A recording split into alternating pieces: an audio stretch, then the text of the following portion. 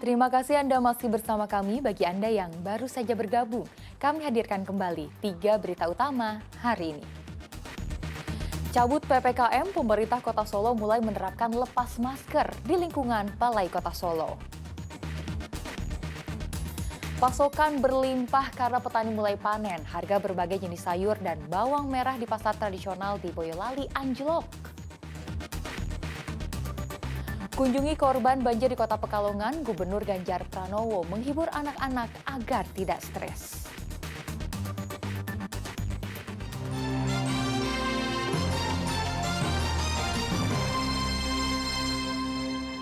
Kita ke informasi selanjutnya. Kementerian Pekerjaan Umum dan Perumahan Rakyat ikut turun tangan mengatasi banjir di Kota Semarang. Menteri Pekerjaan Umum dan Perumahan Rakyat Basuki Hadimulyono meninjau sejumlah titik banjir yang mengepung Kota Semarang hari Selasa, di antaranya di Jalan Pantura Kaligawe, kawasan Mukti Harjo, dan Genuk.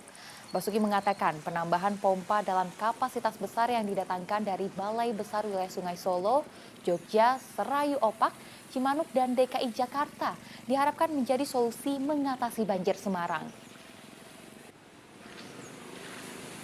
Banjir Semarang ini kan kalau penanganannya dibagi 4 folder ya. Semarang Barat, Semarang Tengah, dan Semarang Timur. Semarang Timur ini ada Tenggang dan Seringit. Ini sistem Seringit. Ya. Dulu sistem folder ini dilakukan untuk menangani rob, sehingga kita dapat pompa. Nah, sekarang rob juga kita agak menangani sebetulnya. Apalagi nanti kalau ada jalan tol dengan tanggul. Nah, sekarang kita ini menangani banjir dari hulu. Makanya sekarang kita sudah lihat juga pompa ini kapasitasnya berapa ini? 10 meter kubik per detik. Kemarin hujan ekstrim kemarin sampai dengan berapa meter kubik? 65. Ini masih kurang. Ya kita sekarang kita lihat, kita coba tadi kita buka kan tadi mengalir. Ya, beda tinggi antara di Seringit dengan laut ini. Gubernur Ganjar Pranowo menghibur anak-anak korban banjir di lokasi pengungsian di Kota Pekalongan. Menurut Ganjar, Pekalongan menjadi salah satu daerah prioritas penanganan banjir dengan segera menormalisasi sungai dan membangun tanggul penahan rob. Gubernur Ganjar Pranowo mengunjungi pengungsi korban banjir di kantor Kecamatan Pekalongan Barat, Kota Pekalongan. Warga korban banjir telah menempati lokasi pengungsian selama 4 hari karena banjir masih merendam rumah mereka. Ganjar berdialog bahkan menghibur anak-anak agar tidak stres di lokasi pengungsian.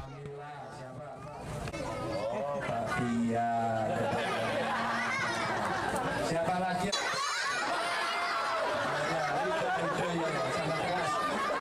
Banjir melanda sejumlah wilayah Kota Pekalongan sejak akhir tahun. Karena itu pembangunan tanggul dan normalisasi sungai menjadi prioritas penanganan banjir selama tahun 2023.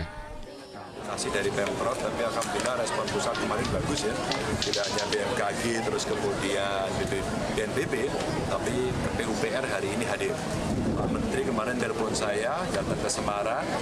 Hari ini mereka langsung meninjau lapangan bersama Dirjen Sumber Daya Air dan Bina Marga Jalan ya. Dan mudah-mudahan nanti akan ada perhitungan-perhitungan yang bisa mendapatkan prioritas. Tadi juga saya sampaikan dengan teman-teman rasa-rasanya butuh pompa portable.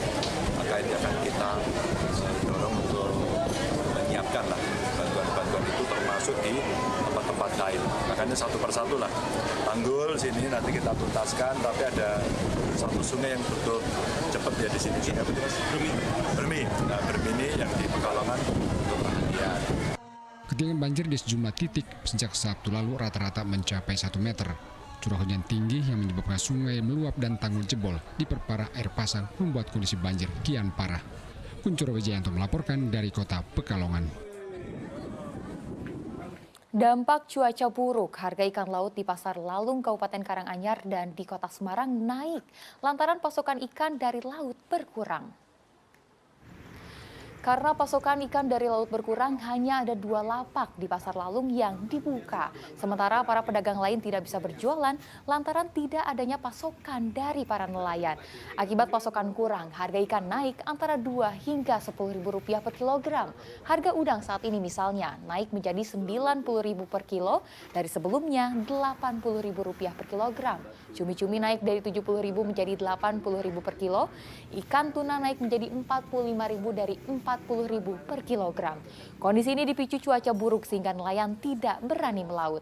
Akibat cuaca buruk, akibat susahnya mendapat pasokan ikan laut, beberapa penjual ikan terpaksa tutup.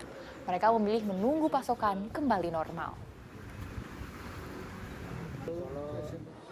Kondisi serupa terpantau di Pasar Ikan Tambak Loro, Kota Semarang.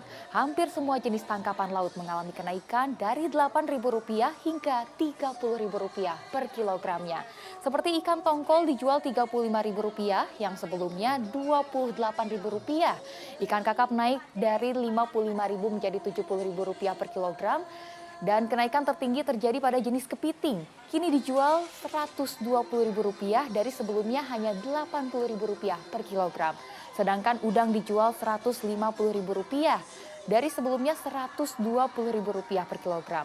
Kenaikan berbagai jenis tangkapan laut ini sudah berlangsung lebih dari 1 pekan. Pedagang mengatakan kenaikan terjadi dari para nelayan lantaran sulitnya mencari ikan karena cuaca buruk. Harga sejumlah kebutuhan pokok seperti sayuran dan bawang merah di pasar tradisional di Kabupaten Boyolali anjlok memasuki tahun baru 2023. Pasokan berlimpah karena petani panen menjadi penyebab harga anjlok, namun harga cabai justru naik. Memasuki tahun baru 2023, para pedagang di pasar tradisional di Boyolali mengeluhkan anjloknya harga berbagai jenis sayur dan bawang merah. Harga bawang merah turun dari Rp23.000 menjadi Rp15.000 per kilogram. Demikian pun berbagai jenis sayur seperti wortel, tomat, timun, buncis, dan lain-lain. Harga sayur turun rata-rata Rp3 hingga Rp5.000. Menurut pedagang, harga anjlok karena pasokan dari para petani berlimpah seperti dari wilayah Selo dan Cepogo. Belum lagi pasokan sayur dari daerah lain seperti Boyolali dan Brebes melimpah. Namun harga cabai seperti cabai keriting naik hingga Rp50.000 per kilogram dari sebelumnya Rp25.000 per kilogram. Apa penyebabnya anjloknya sayur bawang-bawang? Bawang itu sekarang petani sudah panen. Sudah panen. Jadi banyak pasokan ya? Banyak yang keluar. Ya. Jadi yang paling anjlok tadi apa Mbak? Bawang merah? Bawang merah. Kemudian selain bawang merah apa?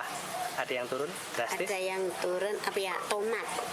Kemarin 12, sekarang 5.000. Pasokan dan hujan ya. Ada yang naik juga ya? Oh. Cabai naik. Cabai naik. Cabai agak naik. Ya. Nah ya. Tapi enggak kayak kemarin ya. Kayak kemarin ya.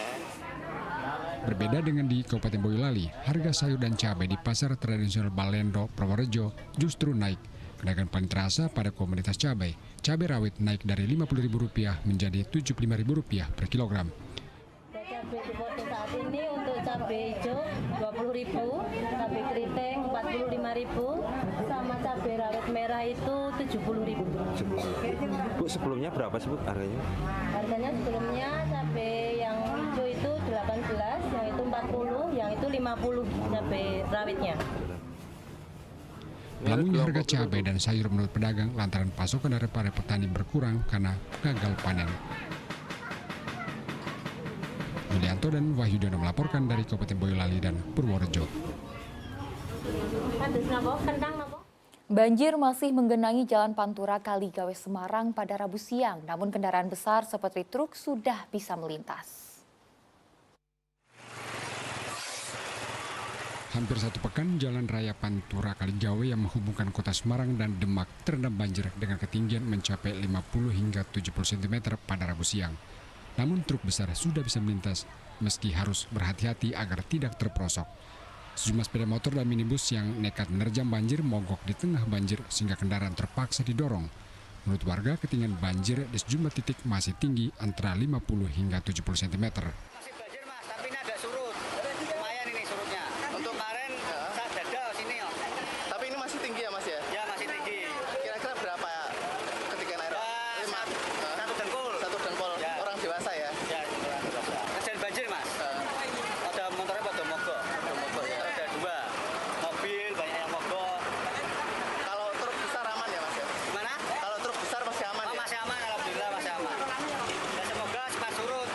Warga berharap pemerintah Kota Semarang bekerja lebih cepat sehingga banjir surut dan warga bisa beraktivitas normal kembali.